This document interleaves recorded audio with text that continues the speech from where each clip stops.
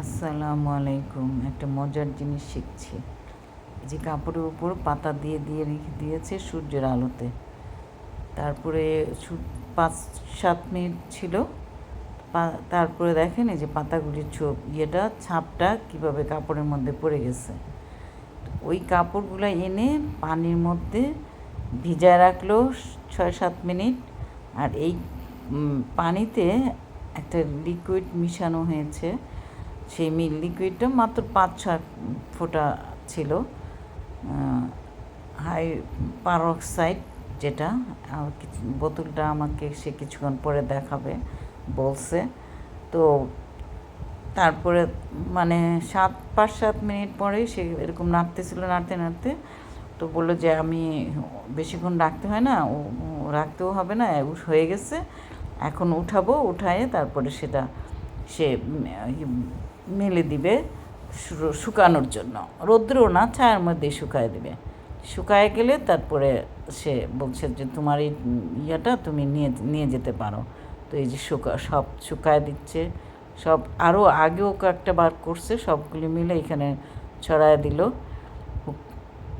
আমাকে বললো যে তুমি শুকায় গেলে তুমি এটা তোমারটা নিয়ে যাও। তা আমি বললাম আচ্ছা ঠিক আছে, আমারটা আমি নিয়ে যাব এবং নিয়ে গিয়ে আমি আমার একটা টি শার্টের সাথে অ্যাড করব। আর সেটা অবশ্যই আপনাদের সাথে শেয়ার করব যখনই এটা অ্যাড করব।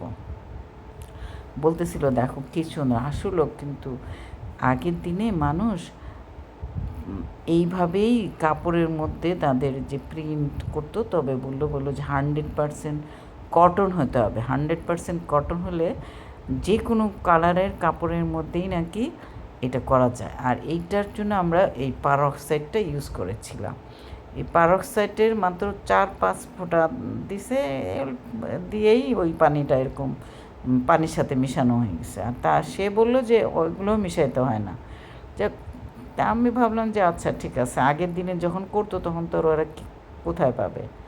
আর দেখেন এখন সব ছোটো ছোটোগুলি করার পরে সে বড় একটা ক্যানভাসের মতন করতেছে। আর সবাইকে আমাদেরকে বলছে যে তোমরা সবাই যার যার মনে ইয়েটা নিয়ে আসো। আমরা তখন নিয়ে আসছিলাম, মনে হয় 5-7 মিনিট রাখছিল। রাখার পরে ওই যে এটা আবার ওই কাপড়টা এখন দেখেন আবার একটু পারক্সাইড মিশানো হয়েছে। মেশানোর পরে যে আমাদের যে পার্কে বাচ্চারা খেলে না ফোয়ারা দিয়ে পানির ইয়েতে, তো সেখানে ওরা এখন এটা ধুচ্ছে।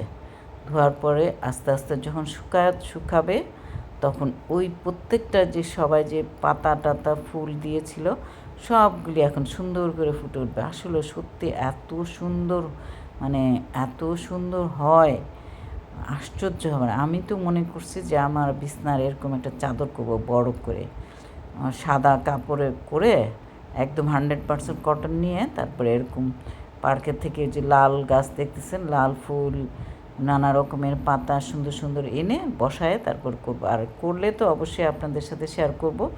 আর আপনারা তো শিখে গেলেন, আপনারাও করতে পারেন। তো বললে যে হয়ে গেছে। তা আমি বললাম এই এত বড় কাপড়ের জন্য তুমি কতটুকু ইউজ করছো? বলি যে অল্প একটু, বেশি না। বলে এটার জন্য আবার অনেক সময় করতে হয় না, কারণ আমিও চিন্তা করলাম আগের দিনে মানুষ তো তার এত কিছু, যেহেতু এটা পুরাতন অনেক আগের সিস্টেম, তো ওরা তো আর এগুলি ইউজ করে নাই। খুব সুন্দর লাগতেছে।